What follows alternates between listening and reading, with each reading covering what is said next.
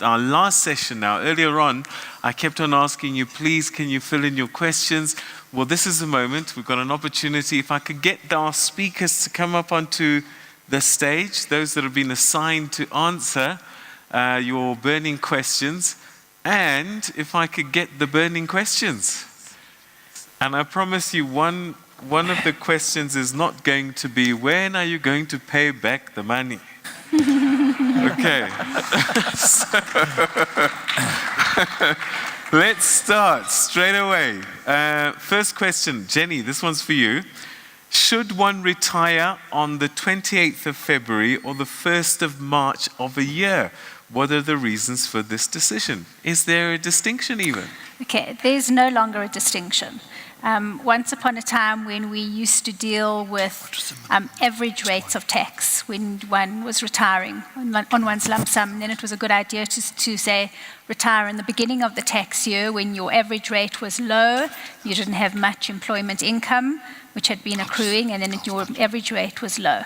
But now you taxed on those flat tables that I told you about, and so there's actually no distinction now from a tax point of view as to whether you retire on the 28th or the 1st. So we can even retire on the 29th of February now if we want. If your employer will allow you to. Okay, still with you. Is the second or the third portion of the second or third portion of the retirement benefit taxed before it's used to purchase an annuity? Okay, so I think that you can explain that as well. I think the second, yeah. 2/3. 2/3, yeah. Okay, so when we come out of a retirement fund, pension, retirement annuity, you can take 1/3 of the amount in cash, and 2/3 must purchase a compulsory annuity, which can be either a living annuity or a guaranteed annuity. The lump sum that you take, that's going to be taxed according to those tables, the retirement table. Okay, so what you get then is an after-tax amount that you can then go and invest as you see fit. It's discretionary money after you've had it taxed. It's your money to do as you choose. The 2/3, however, okay, you don't have a choice. Okay, but the beauty of it is that 2/3 actually will purchase the annuity in a gross form. Okay, so no tax is taken off the actual lump sum. Because what happens is that when you start drawing the pension, the annuity payments, it's the pension payments which are going to be taxed in your own name at your marginal rate of tax, at your normal tax tables. Okay. Young Bruce, if you have already retired and are receiving a living annuity, can you convert a portion of the assets to, say, an inflation-linked annuity? The important thing to understand about the difference between guaranteed annuities and what are called living annuities, where you take the risk, guaranteed annuity, a life assurance company takes the risk, is that if you, under most circumstances, once you've bought a guaranteed annuity, you cannot convert it to another type of annuity. There are ways of doing it, but they turn out to be very expensive. However, if you go into a living annuity, you can at any stage change to a guaranteed annuity of any type, whether it's inflation-linked annuity, a level annuity, whatever. You can also, at retirement, decide to take more than one annuity. I'm not 100% sure of the figure, but I think the first annuity, the one annuity has to provide an income of at least 50,000. I'm not 100% sure. For a second? Yeah. About a week ago, that SARS practice note was actually withdrawn. And now you can actually split your annuities. To wherever you want to then, so there's no limit. So you could have a living annuity with some of your money and a guaranteed annuity with some of your money. And even more than one type of guaranteed annuity. You might want one that's got a very high attribution to a spouse, or you want a guarantee on it. You can get a guarantee that the annuity, for instance, will be paid for 10 years. Whether you're alive or not, it'll continue to be paid for that period. But obviously, the more bells and whistles you add to a guaranteed annuity, the lower the initial amount will be. Okay. Yes, you want to add, yeah? Yeah, I'd just like to add, because I think this is actually a great idea, and this particular concept of converting your living into a life annuity can be a very useful financial planning tool. The reason being, when you go into a living annuity, you've still got flexibility for emergencies, things you might be capable of managing. But as one gets older, you do run the risk of things like dementia, being taken advantage of. And if you phase into and lock into a life annuity, you're more sure that those kinds of risks can be managed. The other thing is that as time moves on, the cost of buying a life annuity reduces as you get older. And the reason for that is that, by converting it, the life insurance company needs to pay it out for a lower period. And we've done quite a bit of research on this. There can be a point where these can cross, and it can be an optimal time for you to convert. So I do think one should annually actually check, how much you need to, move across and lock in.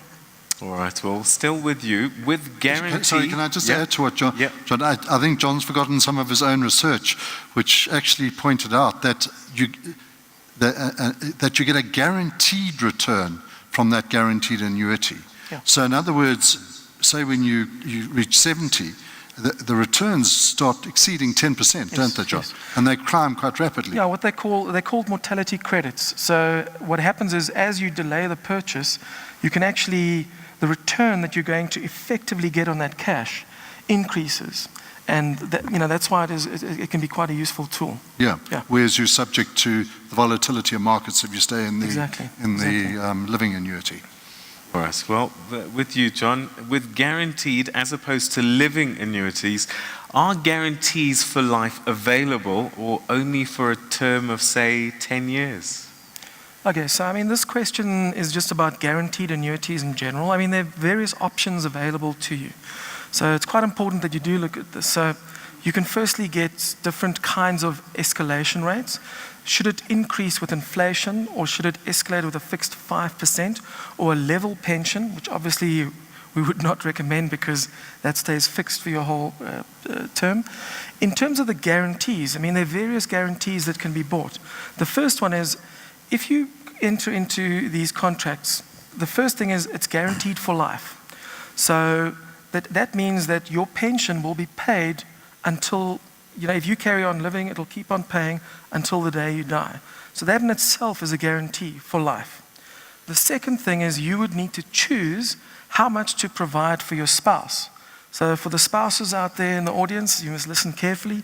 When you got your husband or wife talking to the financial advisor, have a look at how much the spouse's percentage is there, because that's also a guarantee that you build in. You pay for it, but so for example, if the guarantee is 75% spouse's pension, it means that when you pass away, 70, and you're earning a 100 Rand pension, your spouse starts getting 75 Rand, but again, it's for the rest of his or her life.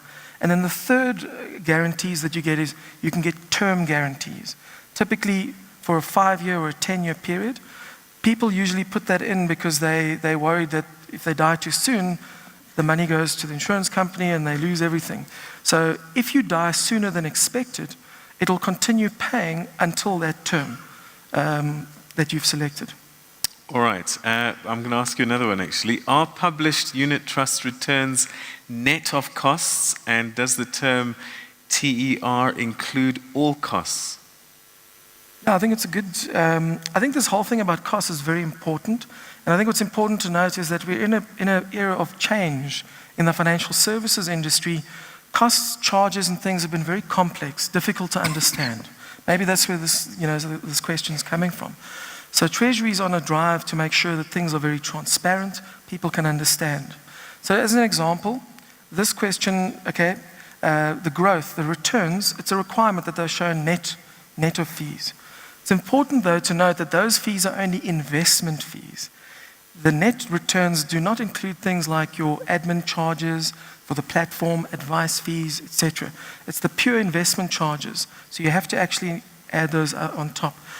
TERs, or total expense ratios, is a great tool that was introduced into the unit trust industry. It allows people to compare costs across different investments. It does include, so it's a rolling 12-month period. It includes, but it includes only your investment charges. The asset management charge, it'll include some of the duties, tax, those kinds of things. Also the performance fees, it'll include that.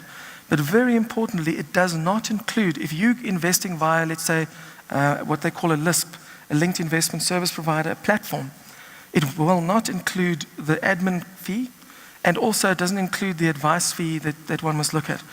To address that particular issue, ASISA will be introducing, sometime in the near future, hopefully this year, a more holistic measure they're calling an expected annual charge measure that looks at costs over the last backward-looking as well as forward-looking. And that is a more holistic, it will include all the costs, or where it's difficult to actually identify, it's an estimated cost. And I think that will allow people to better compare things.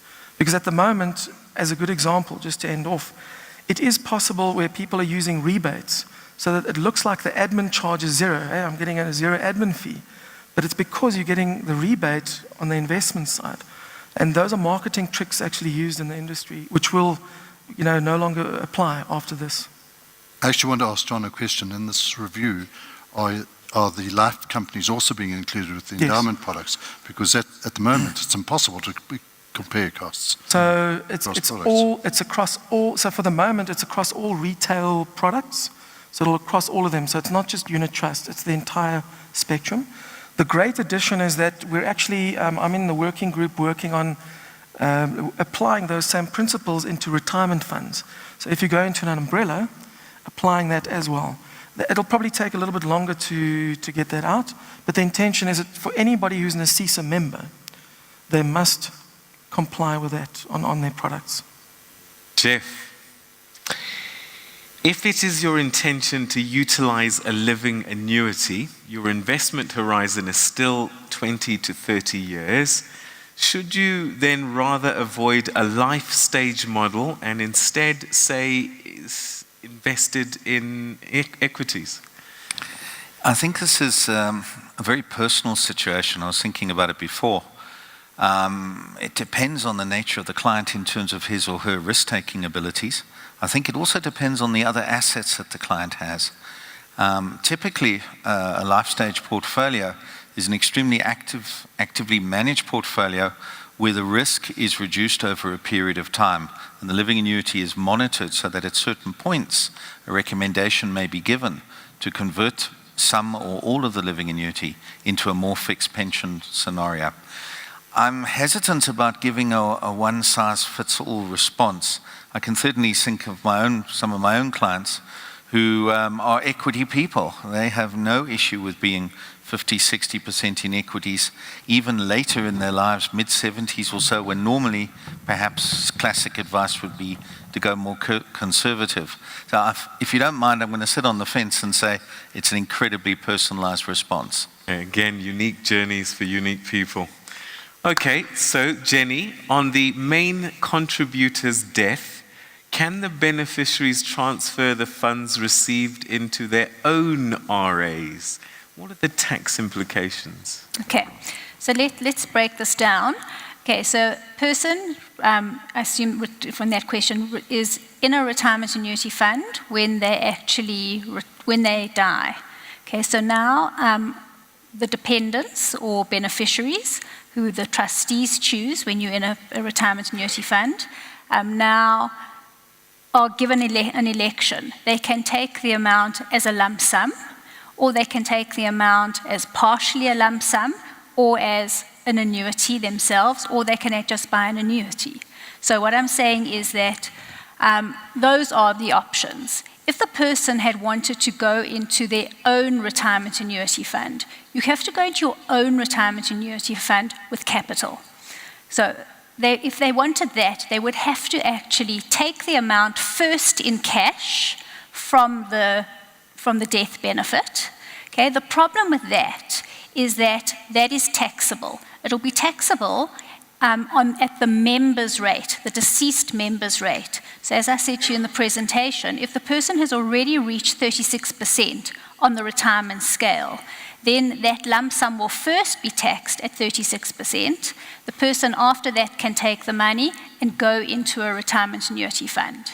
Okay, but that actually defeats the purpose, Because what would one want from a retirement annuity fund? You want to actually draw an annuity at the end. So really, in that situation, the most efficient way of doing it would rather say, okay, I want to take an annuity at the end. So what I will do is I will take the death lump sum and buy an annuity in my own name. And in that situation, the lump sum is not taxed before it buys the annuity. Only the annuity payments, again, will be taxed in the beneficiary's hands. So that's the way one would go about it. Okay. Bruce, it was mentioned that one problem is one's drawdown rate too high and that there's not enough capital. Would you recommend, if one is disciplined, to take any excess from your drawdown and buy an investment vehicle like unit trusts? This way, you can get access to it quickly and it can grow better than inflation. Partially correct. If you're going to take money, a good idea, yes, if you're not spending it, to reinvest it. The better thing is to actually try and work out exactly what you need and not have an excess or a shortfall. But in case of a shortfall, you, in any case, need an emergency fund. I think anybody before retirement and after retirement needs an emergency fund that's in a cash investment of an amount equal to 3 to 6 times your monthly income requirements to be safe. But in this case specifically, so the money's coming out, and the key words here, the way you can get access to it quickly and it can grow better than inflation. Well, if you put it into a unit trust with an equity-based unit trust, you could actually have problems if you're going to put it into it for the short term. I mean, you saw Gareth's presentation on the volatility of equity markets. So you rather want to put it into a money market unit trust fund. And that's the same place where your emergency fund should be as well. So it would basically be topping up an emergency fund to keep the money there in case you needed it quickly. May I respond to that? Yeah. I think that it should be realized that every cent drawn out of a living annuity is fully taxable.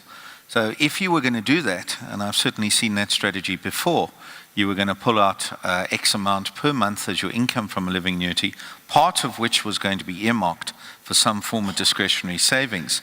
It's quite an expensive way to do it. You could end up losing, for argument's sake, 30% on tax in order to get some money in which you now go and invest, for argument's sake, in a money market account or any other form of investment, and then you could pay tax on that money again, depending on the quantum involved in capital gains tax and so many other issues. I think the truth of the matter is, in these sort of circumstances, when the individual says, can I take some more out of a living annuity because I wish to reinvest it, maybe for an emergency fund, it's almost a cry for help. The discretionary funds are run down and they have no access to other monies. So I think by all means it can be done. We know it can be done, but it's going to come with a price tag, and that's the tax.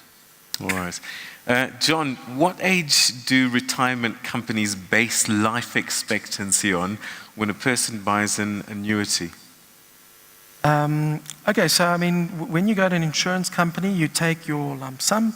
They then provide you with a quote on how they can convert that into an income. They use various factors to determine the price that they will charge you for that, one of them being the age. So they use actual age, your actual age, and generally, the older you are, the cheaper it is to buy that because they need to pay it for a lesser time. They will also take into account your spouse's age. The younger your spouse, unfortunately, the more you're going to pay. Especially if there's a 20, 30-year difference, those cases. So yeah, they use the actual age. All right. Here's a question for both you and for Jeff and Bruce. What's the best way to accumulate wealth if you have 5 years to retirement? Shall I go first? Rob a bank. I'm tempted to say do a lot of praying, but seriously, there's 2 avenues of looking at this. First of all, you have to do your sums very carefully in a typical year. You have to look at your budget. To what extent do you have surplus money? How much can I invest in? Let's use a hypothetical example. You can generate an extra 1,000 Rand a month. Look at your budget for the entire year and say, to what extent do I get bonuses during the year so I can push up that 1,000 Rand a month. But for my example, let's keep it as 1,000 Rand a month. What you may care to do is to look and to analyze where your future life is going. You could split that literally between a product governed by the Retirement Funds Act and the compulsory money, in other words, a retirement annuity. So if you did invest part of that money into a retirement annuity, at least you would get a tax break, typically, in that year. So there would be an advantage there. If you were not going to go the RO route, or if you were going to invest in other investments as well to build up the capital, you may then look at unit trusts, index funds. I would be very nervous with a 5-year window about risk. And that's where one would have to sit down with the client and analyze what type of risk you wish to take over a 5-year window. What you may not want is a typical Murphy's Law situation where in month 59, you're about to retire and the market crashes and your 10,000 Rand is now worth 8,000 Rand. So what you may look at doing is to take a measured degree of risk and to purchase a unit trust, which is either a low equity fund or possibly going up to a balanced fund. So you could access those funds along the route, and you're not taking an incredibly high amount of risk. Can you still lose money? Yes, you can. And you have no choice here. If we have this 5-year window, I think you have to take risk. Bruce, I'm going to ask this question because it's actually quite similar. So you can incorporate your answer in this. So this person says 5 years to retirement. So I guess this person is 60. This person says, I'm 58, haven't saved for retirement. I am panicking. What do I do or invest? It's a similar sort of question. I would also be panicking. I mean, you really are on hiding to nothing. But the thing is, you've got to start doing something about it. And you've got to follow a number of different strategies, I would suggest. One is you've got to start saving now and save as much as you can. And you have to find a way of generating an income for as long as you can. I showed you those figures this morning of what happens if you only started investing at age 60. You're going to get a replacement ratio of something like 10% if you retire at age 65. I would say if you're 58, you haven't put anything into retirement, you've got a major problem. You're going to have to keep working. That's the main solution. I don't know if Jeff can add anything to that. No, I think that's your reality. Let's face it, some people can't keep working after their formal retirement. They don't have the skill set, they don't have the contacts in order to keep working. And you may actually be not reduced, that's the wrong term, but you may be forced to end up working in a situation that you do not like, simply to pay the bills. So depending on when we start and depending on how much you can save, great. But the reality is, as Bruce said, there's a big problem waiting for you. Sorry about that. I think, no, I'd like to take a different stance. I'd rather say, Sure, thank goodness. don't panic, because the reality is, if you're going to panic, you're not going to be able to make any decisions. And in this particular case, you actually need to think clearly. And there are options available. It's not the easiest route, let's admit it, but there are things you can do. So let's have a look at it. Save as much as you can now. Absolute, and you actually need to cut down on expenses now, because now it's down to crunch time. Also have a look at realistically what you want in retirement, because maybe in this case you're not going to have the extravagant retirement pension, but as we showed earlier, you don't have to have that. You can still be happy in retirement with less, but you have to start saving. You have to reduce what you're doing now, reduce your debt, get out of all those things.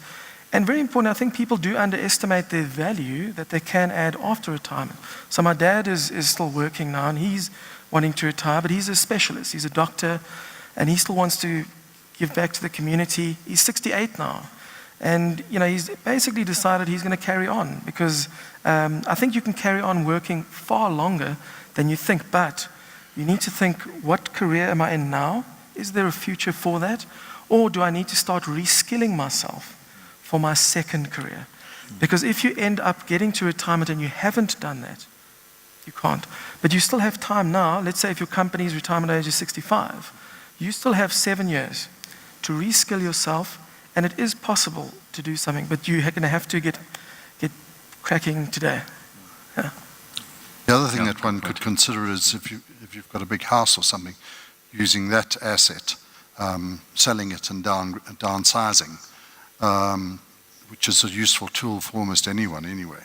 By the way, I agreed with everything Jeff had to say about the 5 years from retirement as well. So I don't think I needed to add anything. But I'd just like to emphasize, don't take silly risks. The chances are you'll come off worse off rather than better off. John, is there a correlation between inflation and portfolio growth rates?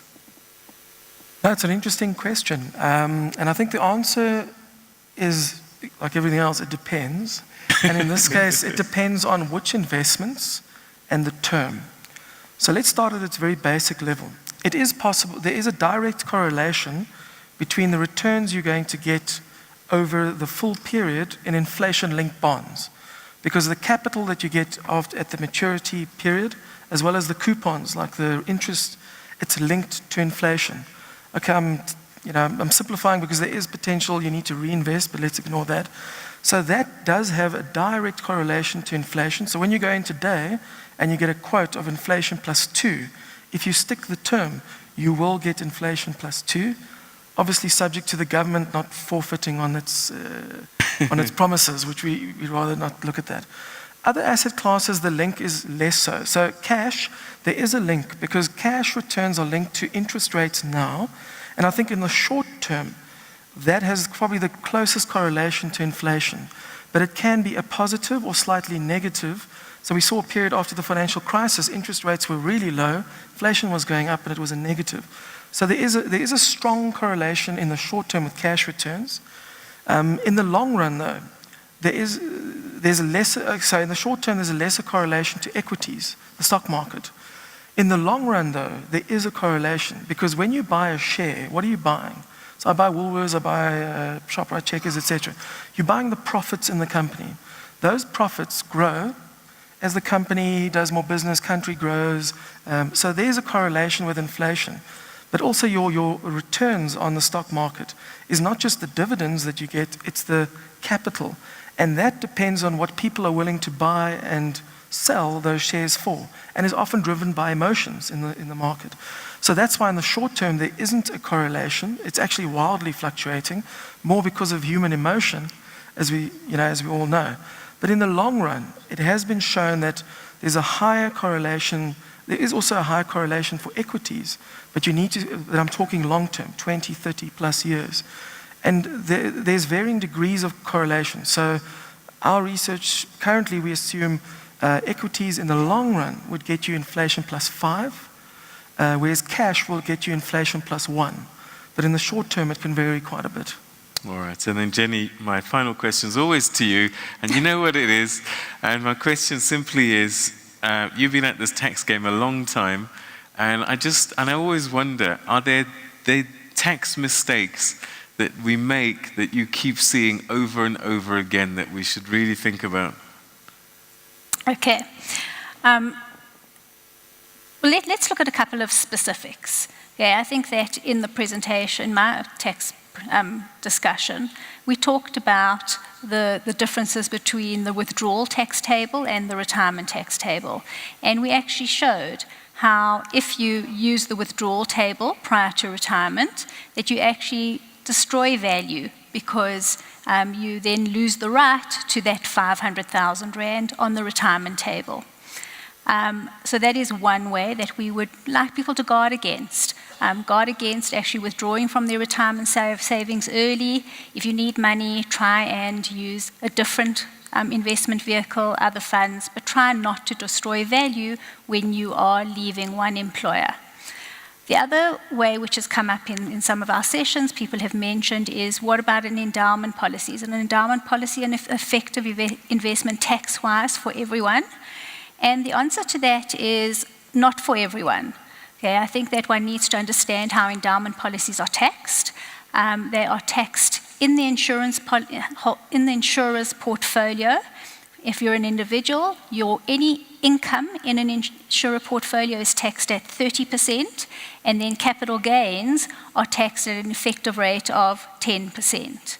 Okay, but if you have a tax rate which is lower than 30%, an effective rate of 30%, then perhaps an endowment policy is not the right vehicle for you.